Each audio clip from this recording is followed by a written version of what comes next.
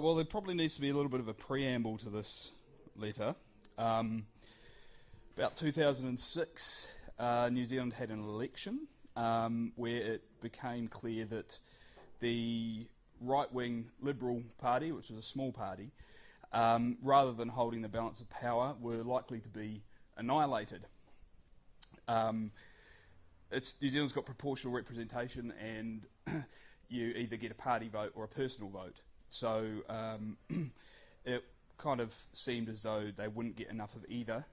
And being the lefty that I am, I decided to join this party, go along to their election night celebrations, and hopefully watch them die.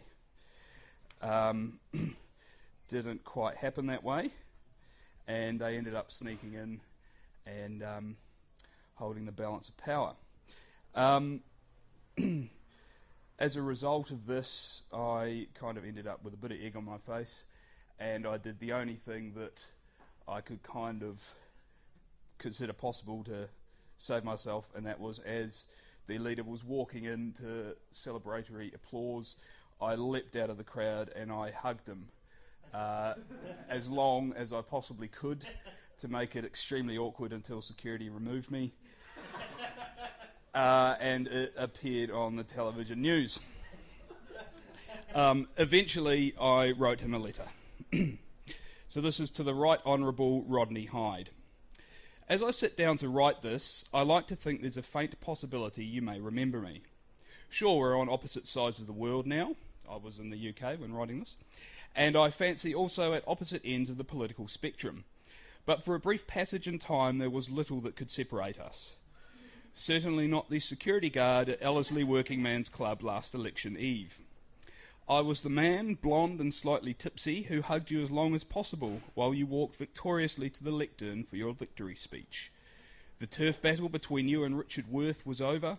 There was collateral damage to both sides, but as the fog of war lifted, you strode, akin to John McClane in the Die Hard films, decisively forward, never one to take a backward step. I'm sure you were hugged by many people that evening, most of them considerably better looking than myself, but I like to think I made an impression. I had a fun evening, mixing and mingling with your supporters and cohorts. The chap who declared at the bar that Asian immigration needed tighter controls because so many Japanese and Chinese school children were heading into our educational system, and what does that sort of thing do to your first 15? Spoke concisely and forcefully.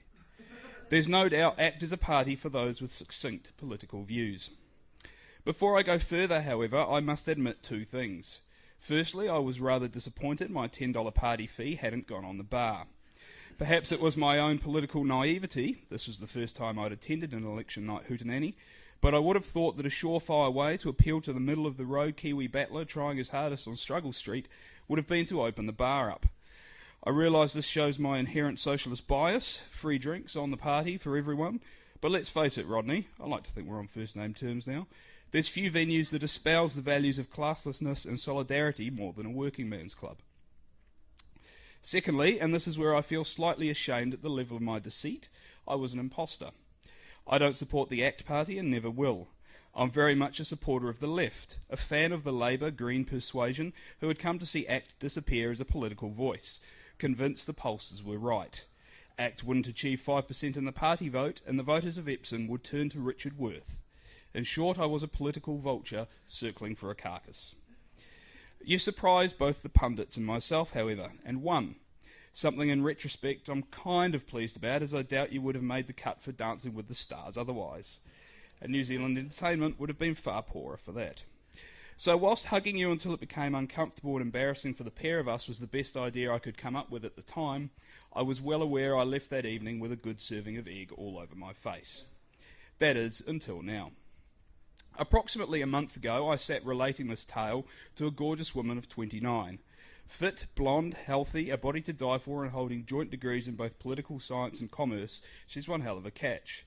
It was at that point in the evening when, aware that I'd made a good impression, I needed conversational substance and quality anecdotes to keep her attention. Now, I'm not one for macho bullshit.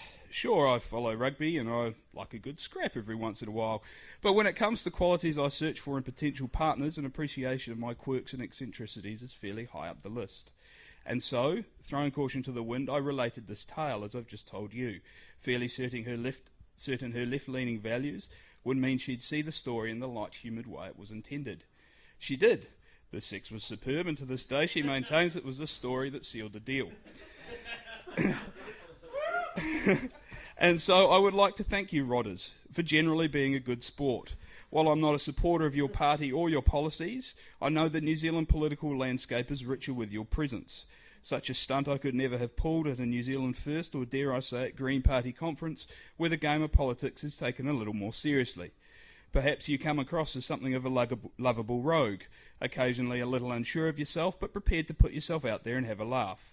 And there's nothing that could appeal to Middle New Zealand more.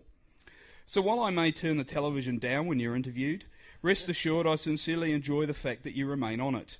And I'd like to end this letter by wishing you the best of luck for the next election. You won't get my vote, but you'll have my support. Hugs and kind regards, Tom Chapman.